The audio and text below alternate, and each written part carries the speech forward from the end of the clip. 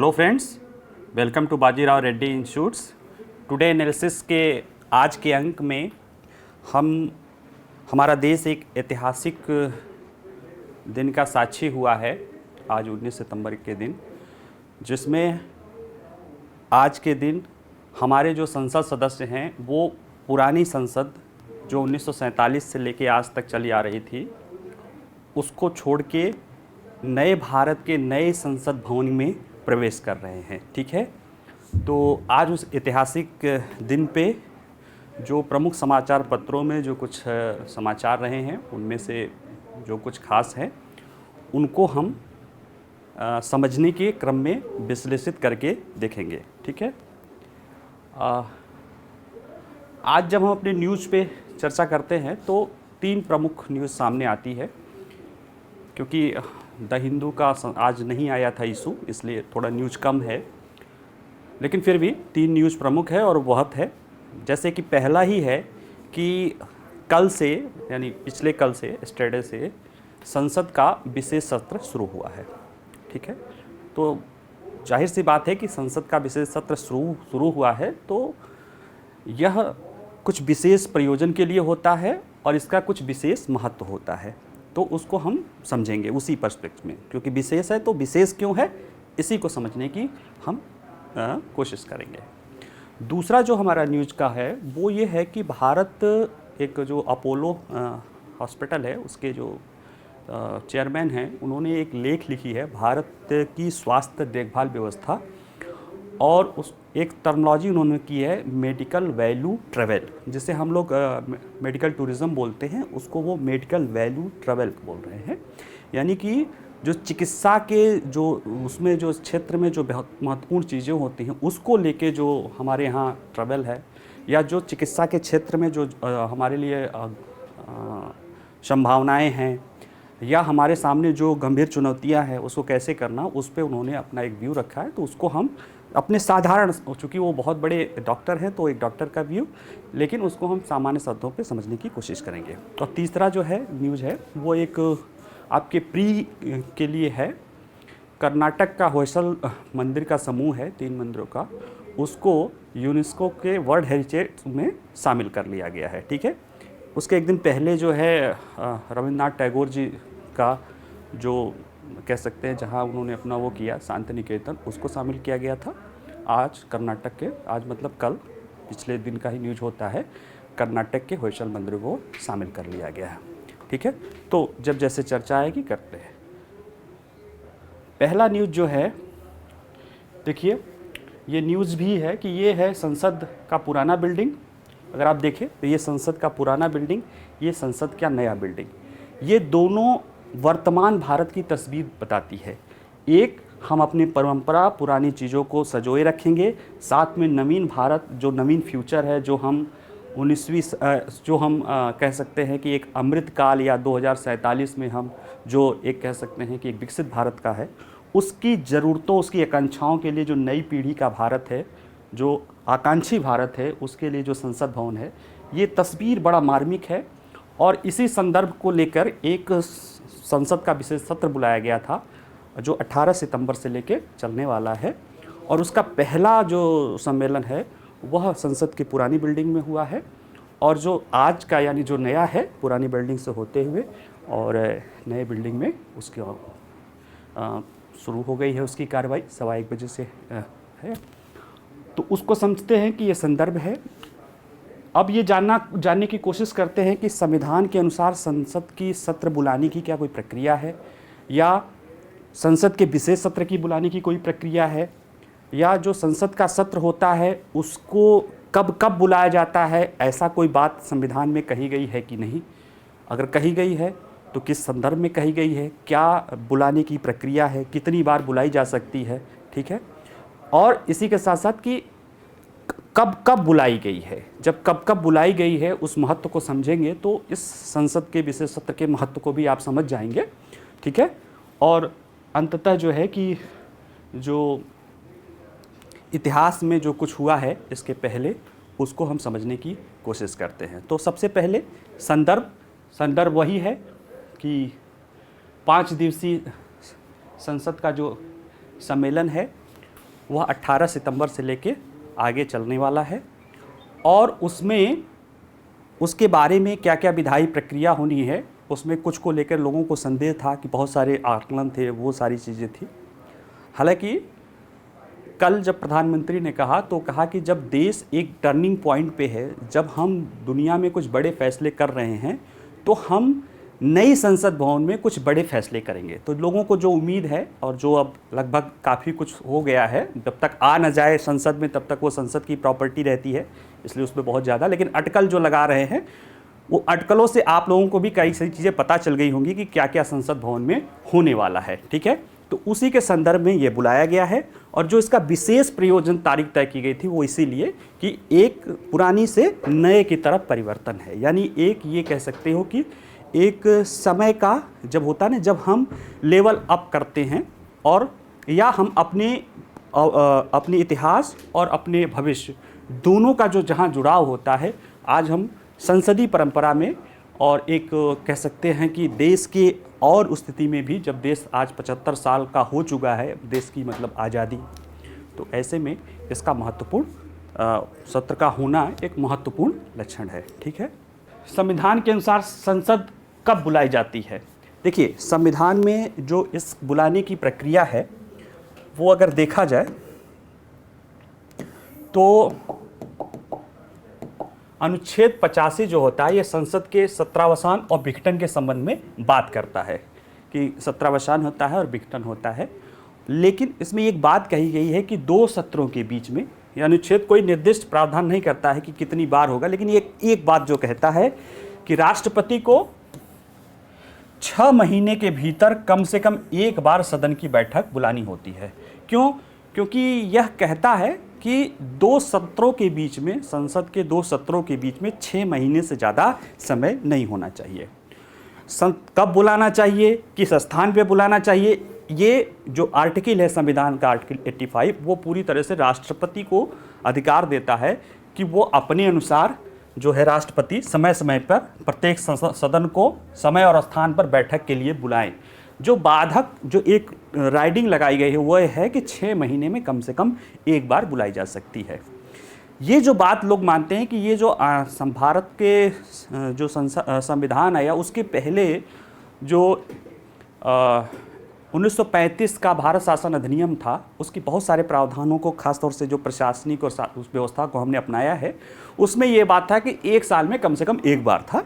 तो उसी तरह से उसको थोड़ा सा और समय कम करके एक बार, मतलब 1 साल में एक साल में जो 2 सत्रों का हो उनमें 6 महीने से कम का हो, यानी कम से कम 2 बार तो बुलानी ही पड़ती है। अब देखते हैं कि क्या कोई निश्चित समय सारणी है? भाई, हमें ये पता चल गया कि राष्ट्रपति बुला सकते हैं, आवश्यकता के अनुसार कब समय तय करना है, कहाँ पे बुलाना है, ये राष्ट्रपति का प्रेरोगेटिव है, उनका विशेषाधिकार है। लेकिन बस एक राइडिंग है कि दोनों 2 सत्रों के बीच में 6 महीने का समय नहीं होना चाहिए। बस यही संविधान ने अब ये बात कही है। अब ये प्रश्न होता है कि जब 6 महीने का नहीं हो सकता है तो क्या उसकी समय सारणी निर्धारित है कि कब क्या बुलाया जाना चाहिए, कब क्या नहीं? तो इसका जवाब संविधान के तहत ऐसा कुछ भी नहीं कहता। ठीक है, पहली बात, अगर संवैधानिक प्रावधान देखा जाए तो संविधान में कोई निश्चित संख्या में सत्र या बैठक दिनों का प्रावधान नहीं करता, लेकिन आमतौर पर प्रत्येक कैलेंडर वर्ष यानी 1 साल में 3 सत्र आयोजित किए जाते हैं, जो भारत की परंपरा है। बजट सत्र, मानसून सत्र और शीतकालीन सत्र। ठीक है, इसको निश्चित समय की कितने ये जो तीनों सत्र हैं ये कब से कब तक बुलाए जाते हैं, ये कोई इसको अभी कोडिफाई नहीं है, एक परंपरा में चली आ रही है, लेकिन इसको कोडिफाई नहीं है। इसको कोडिफाई मतलब इसको कानूनी अमली जामा या इसको नियम कानून में देने की प्रयास 1955 में हुआ था कि इसको किया जाए। जब सामान्य प्रयोजन समिति बनी थी 12 अप्रैल 1955 को, तो उसने सिफारिश की थी कि बजट सत्र फरवरी से मई के बीच में हो, मानसून सत्र जुलाई से सितंबर के बीच में हो और शीतकालीन सत्र नवंबर से दिसंबर के बीच में हो। ये जो प्रयोजन समिति थी 1955 की, इसने सिफारिश दी थी।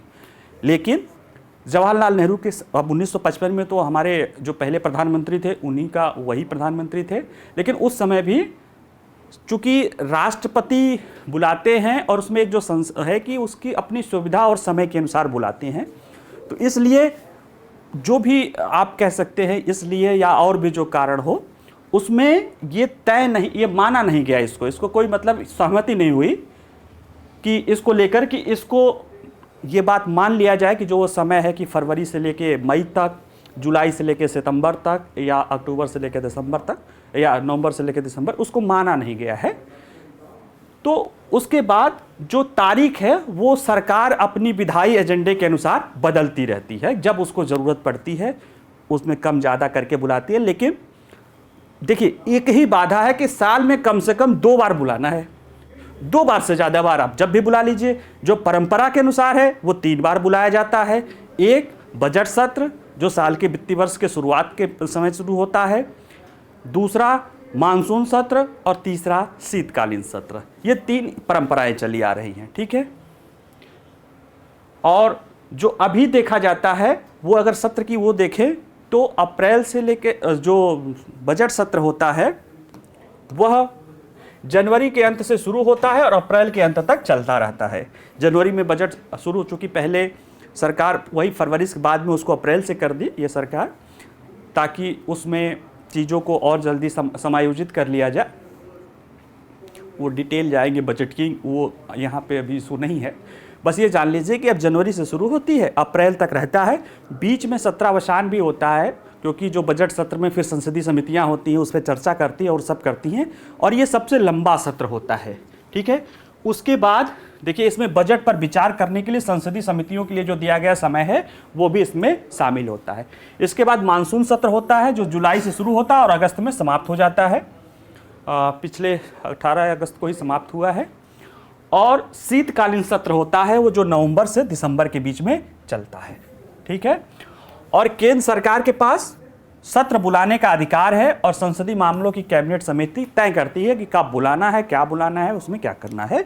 इसी शक्ति का अधिकार करके राष्ट्रपति, यानी वही कैबिनेट के सलाह पे राष्ट्रपति ने संसद का विशेष 5 दिवसीय सत्र को 18 सितंबर से, यानी पिछले कल से बुलाने का फैसला किया है, जो अभी चल रहा है। अब विशेष सत्र कब कब आयोजित किए गए हैं अगर आप देखेंगे, या कब किया जाता है, तो या इसमें अगर संसद में सत्र के तो बारे में बात है, लेकिन विशेष सत्र के बारे में बात नहीं है, स्पेशल सेशन के बारे में नहीं है, स्पेशल सिटिंग के बारे में बात है। देखिए, संसद विशेष सत्र शब्द का संविधान या संसद के दोनों सदनों की नियम पुस्तिकाओं में स्पष्ट रूप से उल्लेख नहीं किया गया है।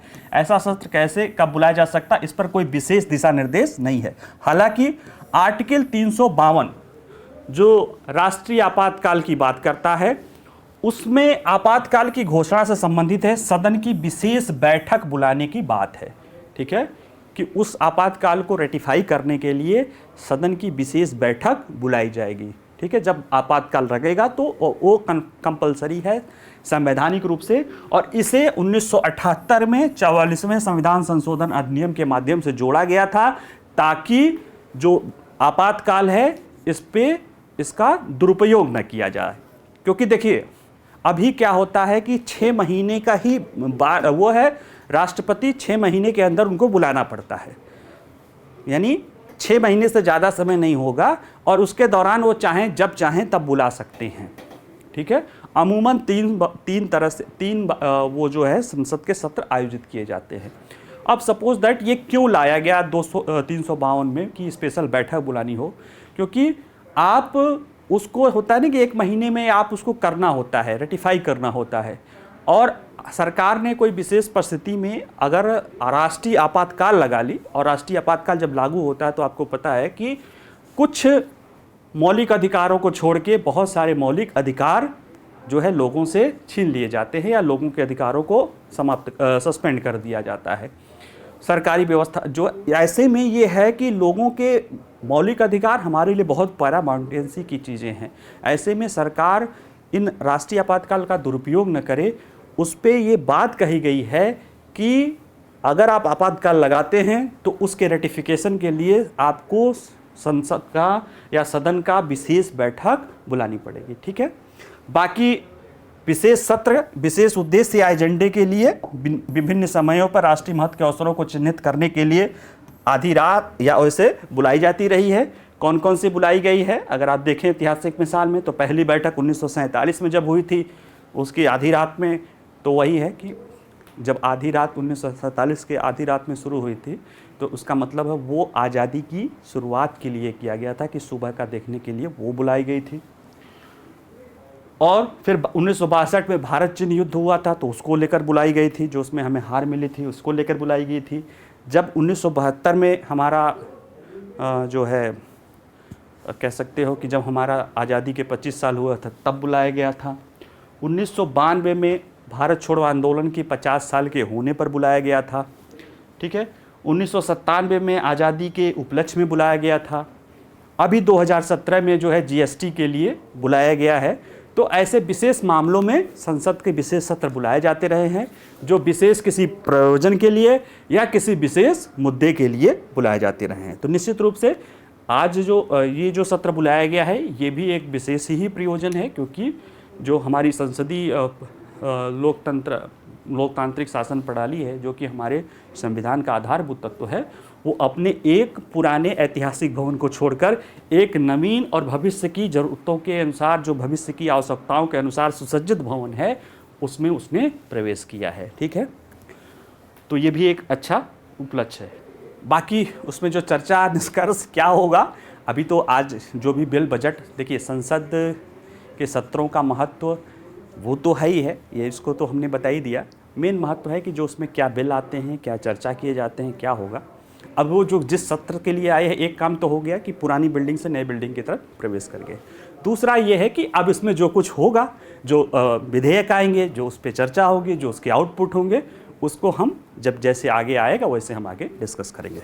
ठीक है, चलिए अगला जो दूसरा है वो है भारत अपनी स्वास्थ्य देखभाल यात्रा में एक महत्वपूर्ण क्षण में है। इसमें जो अपोलो के डॉक्टर साहब हैं, वो द हिंदू में ही जो उसके इंटरनेट वाले ऑप्शंस में आता है, उसमें इंटरनेट संस्करण वाले में, उसमें इन्होंने कहा है कि जो भारत है अपनी स्वास्थ्य देखभाल यात्रा के महत्वपूर्ण क्षण में है। क्यों है? क्योंकि आज भारत जो है ना, दुनिया के सामने एक अपनी मिसाल पेश कर रहा है हर क्षेत्र में। आप तकनीकी के क्षेत्र में देख लीजिए, आप रणनीति के क्षेत्र में देख लीजिए, आप कूटनीतिक के क्षेत्र में देख लीजिए, आप अर्थव्यवस्था के क्षेत्र में देख लीजिए, आप आर्टिफिशियल इंटेलिजेंस के क्षेत्र में देख लीजिए, आप स्पेस टेक्नोलॉजी के क्षेत्र में देख लीजिए, है ना। चंद्रयान तो अभी छोड़ ही दिए जो साउथ पोल पे, G20 ने भी हमने कराया है। तो आज कहीं ना कहीं भारत के सामने एक बहुत जो है ढेर सारे आशा और अवसर उपलब्ध हैं, जो हमें गौरवान्वित महसूस कर सकते हैं। ऐसे में हमें उन समस्याओं को, खासतौर से ये चूँकि स्वास्थ्य जनित समस्या, ऐसे और भी कई सारी समस्याएं हैं, जैसे हम लोग ने पिछले जो अंक है 18 सितंबर वाले में, उसमें हमने देखा था कि कैसे भारत और दक्षिण अफ्रीका के समक्ष जो कुपोषण की समस्या है। उसी तरह से इस अंक में हम समझने की कोशिश करेंगे कि कैसे भारत की जो स्वास्थ्य की स्थिति है, स्वास्थ्य का इंफ्रास्ट्रक्चर है, वह कैसे अवसर क्रिएट कर रहा है, कैसे कुछ हमारे लिए चुनौतियां क्रिएट कर रहा है, और अगर उसके लिए जो अवसर है उसका हम लाभ उठा लेंगे तो कैसे हम भविष्य में एक रणनीतिक जो है सुपर पावर की तरफ स्वास्थ्य के क्षेत्र में बन जाएंगे, बहुत बड़ा एक मेडिकल टूरिज्म के हॉट स्पॉट बन जाएंगे, जिसको इन्होंने जो है मेडिकल वैल्यू ट्रेवल के लिए कहा, MVT के रूप में बदल जाएंगे। क्योंकि मेडिकल टूरिज्म कहना थोड़ा सा ठीक नहीं लग रहा है, टूरिज्म तो घूमने फिरने जाते हैं लोग, मेडिकल के लिए तो इलाज, तो आप उसको मेडिकल वैल्यू ट्रेवल कहिए, बढ़िया शब्द है, ठीक है। और अगर हम उसको ध्यान नहीं देते हैं, अवसर से अगर हम जो समस्याएं हैं स्वास्थ्य के क्षेत्र में, अगर उससे हम चूक जाते हैं, तो हमारा और हमारे जब लोगों का नुकसान होगा, और तो कहीं ना कहीं वो हमारी जो जनसंख्या है उसका स्वास्थ्य गड़बड़ होगा या उसके लिए चुनौतियाँ आएंगी, तो उसका प्रभाव जो हमारे डेमोग्राफिक डिविडेंड पे है उस पर पड़ेगा, और अंततः ओवरऑल हमारे अर्थव्यवस्था पे पड़ेगा। तो इसलिए आर्टिकल में ये कुछ बताते हैं कि भारत के समक्ष बहुत अच्छी चीज़ें हैं, हम दुनिया में आशान्वित हैं, लेकिन हमारे सामने जो स्वास्थ्य के संदर्भ में कुछ समस्याएं हैं, खास तौर से एक तो वो है जो कम्युनिकेबल डिसीज है या संक्रामक रोग है, जैसे मलेरिया है, डेंगू है, कोरोना है, अभी निपाह वायरस है। इस पे कोई हमारा बहुत जोर नहीं होता, वो संक्रामक होता है, वो आप जान ही रहे हैं, किसी न किसी चीज़ों से होता है, फिर वो संक्रमण से होता है। हम उसके तरफ भी प्रयास कर रहे हैं, उसको भी समाप्त करने की कोशिश कर रहे हैं। टीबी भी इसी तरह का एक संक्रामक रोग है, उसको लेके हम प्रयास कर रहे हैं। जो कमियां रह गई है उसको भी बार बार करने की कोशिश कर रहे हैं। ठीक है, तो इसको हम समझने की कोशिश करते हैं एक सरल शब्दों में, कि एक इस न्यूज़ में जो चीज़ लिखा हो मिल जाएगा। हमारा यहाँ उद्देश्य है कि ओवरऑल आप समझो कि ये कहना क्या चाहते हैं, और ओवरऑल जो भारत के संदर्भ में स्वास्थ्य को लेकर एक अवसर और समस्याएं हैं उसको समझने की कोशिश करते हैं। ठीक है, तो इनका संदर्भ क्या है वो बताते हैं कि आज भारत लगातार प्रगति कर रहा है, झंडे पे झंडे गाड़ रहा है ना। अर्थव्यवस्था में G20 के देशों में, या जो जितनी दुनिया की सबसे बड़ी देशों में, उसमें सबसे तेजी से विकसित होने वाली अर्थव्यवस्था है। हम 5वीं नंबर की अर्थव्यवस्था हैं। ठीक है, आज जो 5वीं नंबर के अर्थव्यवस्था के साथ साथ जो हम जितनी तेजी से हमने अपने यहाँ मल्टी पावर्टी इंडेक्स में सुधार किया है, उतना शायद किसी ने नहीं किया है। तेजी से बढ़ती अर्थव्यवस्था होने के कारण, विकासशील देश होने के बावजूद भी, जो संयुक्त राष्ट्र संघ की जो रिपोर्ट आई थी जलवायु परिवर्तन पे कि किस देशों ने कितना रिडक्शन किया है, उसमें भारत दुनिया के 5वें स्थान पे है।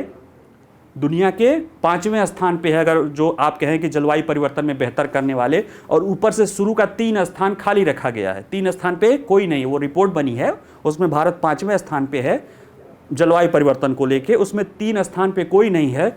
जो 2 स्थान पे देश हैं वो बहुत छोटे छोटे स्कैंडिनेवियाई देश हैं। तो कहीं ना कहीं बड़े देशों में या जो महत्वपूर्ण देशों में नंबर 1 पे है भारत, क्योंकि डिफेक्टो बाकी 2 देश हैं वो उतने छोटे हैं, किसी की आबादी 50 लाख है, किसी की 1 करोड़ है, और वो बहुत पहले से विकसित देश हैं, तो उनकी बात छोड़ दिया जाए, और 3 पे तो किसी को रखा ही नहीं गया। तो डिफेक्टो रूप से एक तरह से देखा जाए तो भारत ही है। तो हम न केवल उसके तरफ अर्थव्यवस्था के संदर्भ में नंबर 1 हैं, वृद्धि के संदर्भ में बड़े देशों में, बल्कि हम पर्यावरण के संदर्भ में भी हैं। हमने जो है अपने मल्टी पावर्टी इंडेक्स के रूप में भी बहुत तेज़ी से काम किया है। हमने दुनिया के देशों में जो कमज़ोर और विकासशील देशों हैं उनकी आवाज़ बनने के लिए भी बहुत सारा प्रयास किया है। हम स्पेस के क्षेत्र में भी चंद्रयान छोड़े हैं, वो भी चंद्रमा के दक्षिण क्षेत्र में उतारे हैं। ठीक है, हम आर्टिफिशियल के क्षेत्र में उतर रहे हैं, बहुत आर्टिफिशियल इंटेलिजेंस, और लगता क्या है ही है कि भविष्य में भारत को उसकी सुपर पावर बनना है। आज हम ग्लोबल सप्लाई चेन को अपने तरफ चीन +1 की बात कर रहे हैं। ये सारे इतने अवसर है जो किसी भी भारत के नागरिक को खुशहाली और गौरवान्वित महसूस करा सकता है।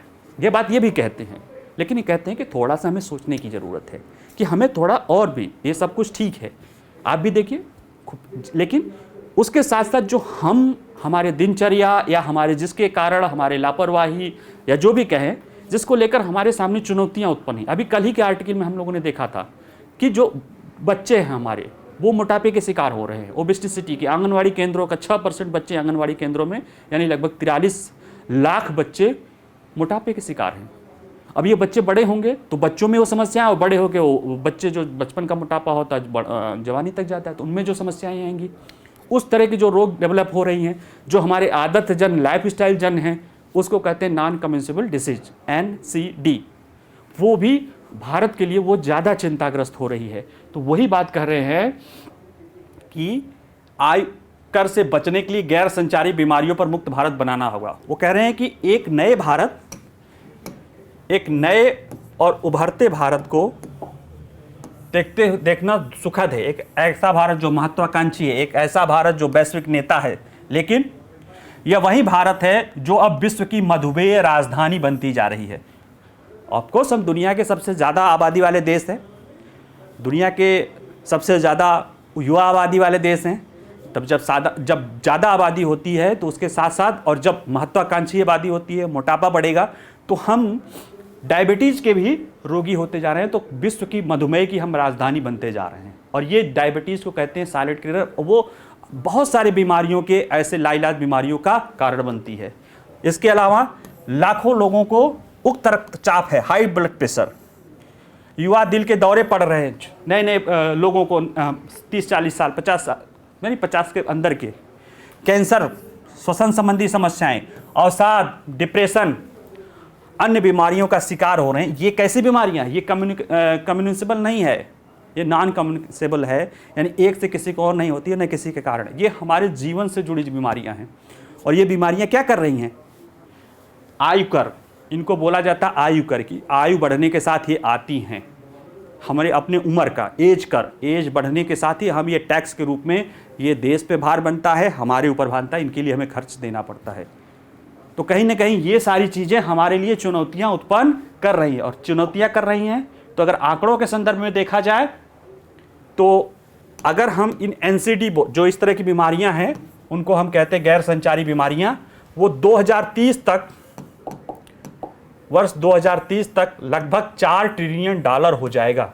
सोचिए, आज भारत की जीडीपी 3.327 ट्रिलियन डॉलर है आज, और हम दुनिया के 5वें नंबर की अर्थव्यवस्था है। और जल्दी ही हम जैसे चार के क्रॉस करेंगे वैसे हम तीसरे नंबर पे बन जाएंगे।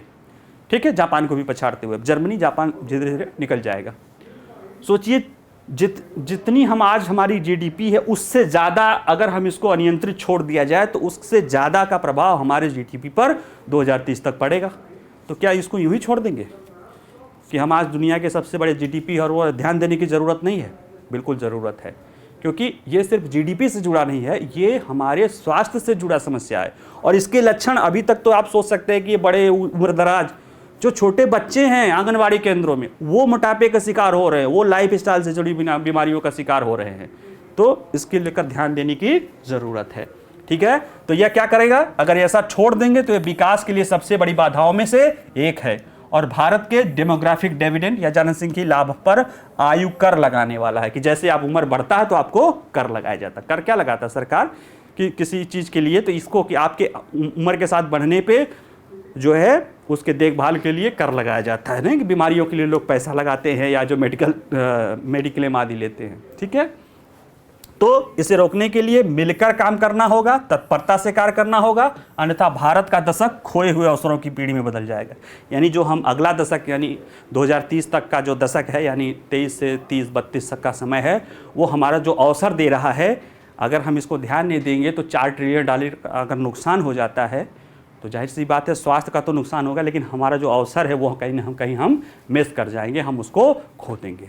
कोरोना ने दिया झटका, और यूक्रेन रूस युद्ध ने दिया, अब कुछ बचा है तो ये समस्या आ रही है, इसलिए इसको हमें ध्यान देने की ज़रूरत है। ये बात ये आपके सामने उपस्थित करा रहे हैं। ठीक है, नॉन कम्युनिकेबल डिसीज या गैर संचारी रोग क्या होता है? तो देख लीजिए थोड़ा सा कि ये ऐसा रोग होता है जो कि एक व्यक्ति से दूसरे व्यक्ति में सीधे प्रसारित नहीं होता।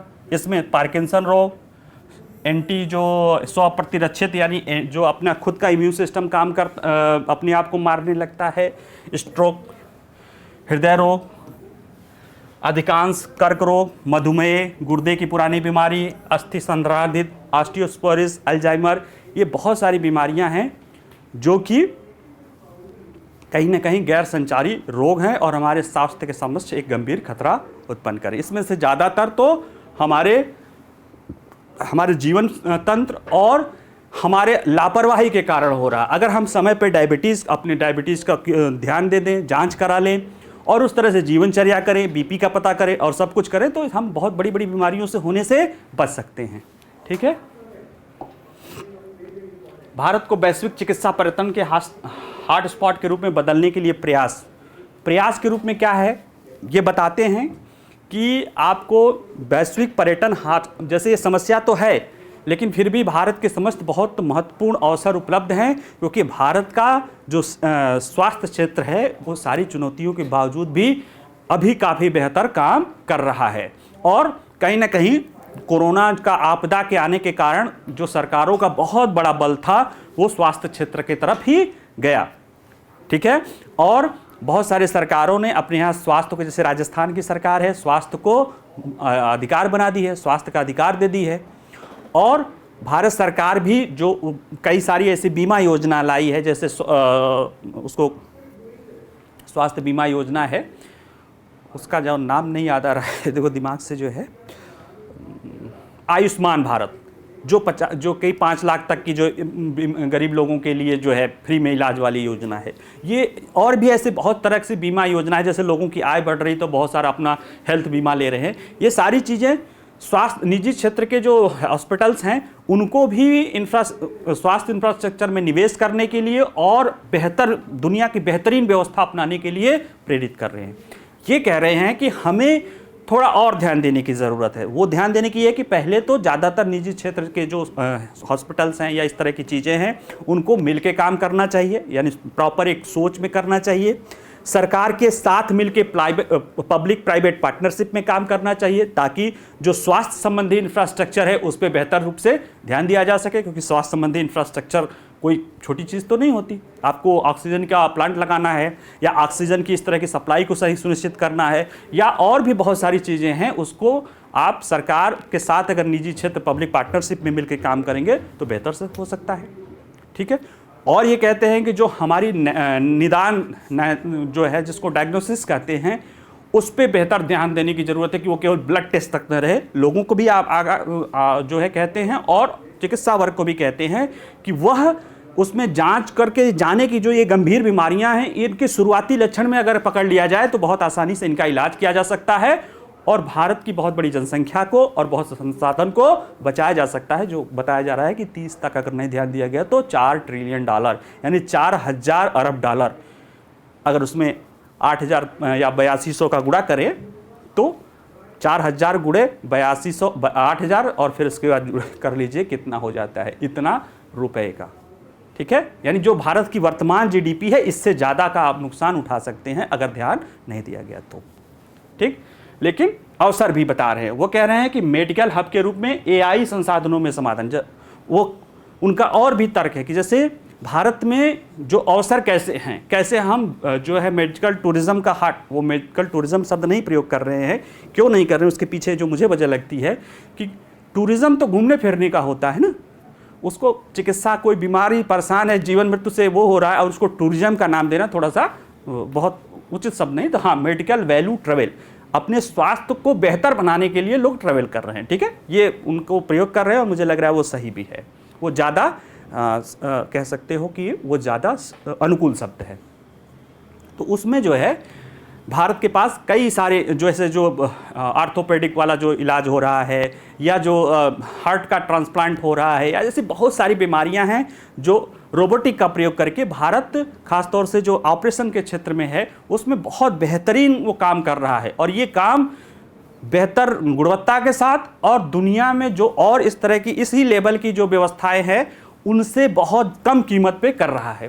तो ये सारी चीज़ें क्या कर रही है, भारत को मेडिकल वैल्यू ट्रेवल या जिसको आप परंपरागत शब्दों में चिकित्सा पर्यटन बोलते हैं उसके लिए एक हॉट स्पॉट बना रहा है। हॉट स्पॉट यानी जो जहाँ पे बहुत ढेर सारा जो है अवसर हो या ढेर सारी चीज़ें एक साथ इकट्ठी हो जाती हों। ठीक है।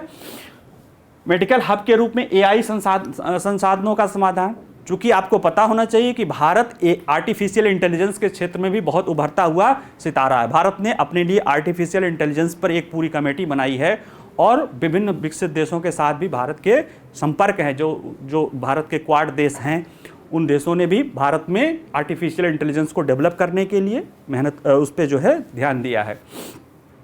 तो उसके लिए जैसे आर्टिफिशियल इंटेलिजेंस हमारे पास बेहतर रूप से पहले से है और भी संसाधन और भी हमारे पास टेक्नीशियन लोग हैं, उसको चिकित्सा के क्षेत्र में इस्तेमाल करके कैसे बेहतर किया जा सकता है इसके बारे में बताते हैं। जैसे प्रयोग हो ही रहा है और कर सकते हैं।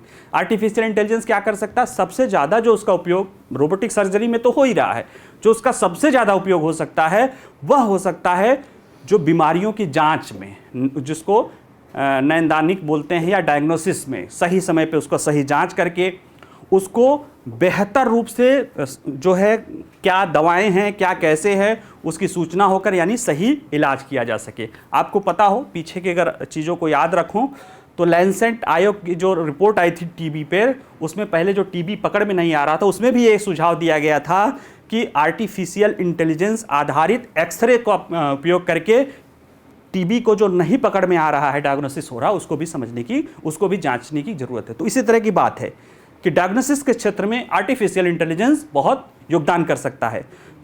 जो पेशेंट हैं उनके उसके इलाज में कर सकता है। ठीक है, तो ये सारा जो है इस जो है, और ये क्या कर सकता है देखिए जरा, विश्व स्तरीय इसके जो भारत में चिकित्सा विशेषज्ञता है, अत्याधुनिक बुनियादी ढांचा है, लागत प्रभावी देखभाल है, और दुनिया भर के मरीज भारत की ओर आकर्षित हो रहे हैं। रोबोटिक सर्जरी ने लोकप्रियता हासिल करती है क्योंकि यह भारत के अस्पतालों में सटीक रिकवरी और रोबोट सहायता वाली तकनीकों को अपनाया है। ठीक है, वो कह रहे हैं कि आर्टिफिशियल इंटेलिजेंस का जो महत्व है, इसको और बेहतर बनाने के लिए जो विभिन्न क्षेत्र के टेक्नोलॉजी विशेषज्ञ हैं, उनके साथ साथ जो मेडिकल वैल्यू ट्रेवल है या जो मेडिकल टूरिज्म है, उसका बेहतर उपयोग करने के लिए अगर हम बेहतर कर सके तो ये भारत के लिए बहुत स्ट्रेटेजिक लाभप्रद हो सकता है, क्योंकि इसके जरिए हम बहुमूल्य ये जो चिकित्सा पर्यटन है, ये रोजगार सृजन के साथ साथ विदेशी मुद्रा अर्जित करने में भी अपनी क्षमता को देखते हुए रणनीतिक महत्व प्राप्त कर रहा है। ठीक है, हम अगर आगे बढ़ते हैं तो सार्वजनिक और निजी क्षेत्रों के बीच सहयोग को बढ़ावा देना महत्वपूर्ण होगा, क्योंकि बगैर उसके आप आज पीपीपी के बगैर आप स्वास्थ्य क्षेत्र में कोई बहुत उल्लेखनीय आप परिवर्तन नहीं कर सकते। क्योंकि देखिए, निजी क्षेत्र क्या करता है, वो पूंजी लाता है, और पूंजी निजी क्षेत्र का वहां जाएगा जहां उसको लाभ का अवसर मिलेगा, वो तकनीक लाएगा, वो योग्यता लाता है।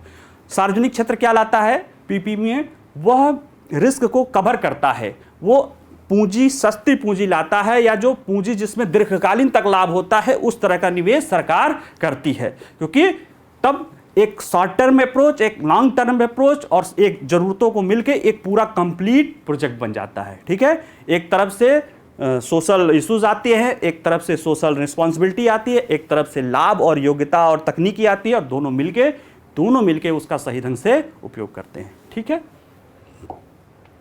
तो वही कि एआई का उपयोग कैसे कर सकते हैं, जैसे कि ये देखभाल में कर सकते हैं, और उसके लिए देखभाल, और देखिए एआई बीमारी के प्रकोप की भविष्यवाणी करने में कर सकता है, स्वास्थ्य देखभाल डेटा का विश्लेषण करने में, उपचार योजनाओं को अनुकूलित करने में, स्वास्थ्य देखभाल प्रक्रियाओं में तेजी लाने में, दवा की खोज में।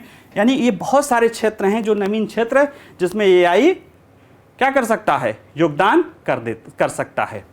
और एआई को स्वास्थ्य क्षेत्र में एआई को अनुप्रयोग को बेहतर बनाने के लिए क्या करना होगा, उसके लिए यह है कि स्वास्थ्य देखभाल के लिए एआई अनुप्रयोगों में पहले प्रगति की है, लेकिन इसे अनुसंधान और विकास में निवेश करना जारी रखना चाहिए। शिक्षा और उद्योग के बीच में भी ऐसा हो कोलैबोरेशन होना चाहिए, और एक पारिस्थितिकी तंत्र इकोसिस्टम बनाना चाहिए जो नवाचार को प्रोत्साहन करता है। ठीक है, ऐसा करने से भारत एआई संचालित स्वास्थ्य देखभाल समाधानों में एक वैश्विक नेता के रूप में उभर सकता है, जो कि स्वास्थ्य क्षेत्र की अगली संभावना है। स्वास्थ्य क्षेत्र में आर्टिफिशियल इंटेलिजेंस की जो अगली संभावना है वो उसको कर सकता है। ठीक है, आगे का रास्ता यही कहते हैं कि अगर हम जो ये चीज़ें बताए हैं सब लोग मिलकर और उस चुनौती को और उस अवसर को दोनों को ध्यान में रखकर अगर हम प्रयास कर सके तो भारत निश्चित रूप से दुनिया का न केवल एक मेडिकल वैल्यू ट्रेवल का एक हॉट स्पॉट बन सकता है और बहुत महत्वपूर्ण विदेशी मुद्रा अर्जित कर सकता है। हम दुनिया में स्वास्थ्य क्षेत्र में लीडर बन सकते हैं, लेकिन अगर ध्यान नहीं दिए तो ये हमारे लिए बहुत बड़ा एज टैक्स या आयु कर के रूप में हमारे जो विकास के अवसर है, जो इस दशक का विकास का अवसर है, वो हमारे हाथ से मिस करा देगा। ठीक है, यानी अगर हम ध्यान दिए तो हमारी ट्रेन बुलेट ट्रेन बन जाएगी, और अगर ध्यान नहीं दिए तो हमारी ट्रेन छूट जाएगी। ठीक है, तो हमें ध्यान देना है। हम क्यों ध्यान नहीं देंगे, हम ध्यान देंगे। ठीक है, चलिए अगला देखते हैं। अगला न्यूज है वो पूरी तरह से, एक तरह से कह सकते हैं, पूरी तरह से तो नहीं, लेकिन हाँ प्री ओरिएंटेड है, और इस पे आपको हम बता देंगे कि क्या जाके आप और पढ़िए कि ये पूरा आपको मेंस के लिए भी तैयार हो सके। जैसे कि अभी न्यूज है कि कर्नाटक का होयसल मंदिर अब भारत का नवीनतम यूनेस्को विश्व धरोहर स्थल है। चर्चा में क्यों है, जाहिर सी बात है इस न्यूज के कारण है होयसल मंदिर। तो ये है इस होयसल मंदिर समूहों का इतिहास क्या है, कि कब इसको लाया गया, किसने बनवाया, किस शैली का है। अब ये जो शैली जो है ना वो महत्वपूर्ण हो जाती है। ये मंदिर जो है आपके जो भारत में हिंदू मंदिर हैं, मंदिर तो हिंदुओं का ही है और जो भी है, उसमें दो शैली प्रमुख है।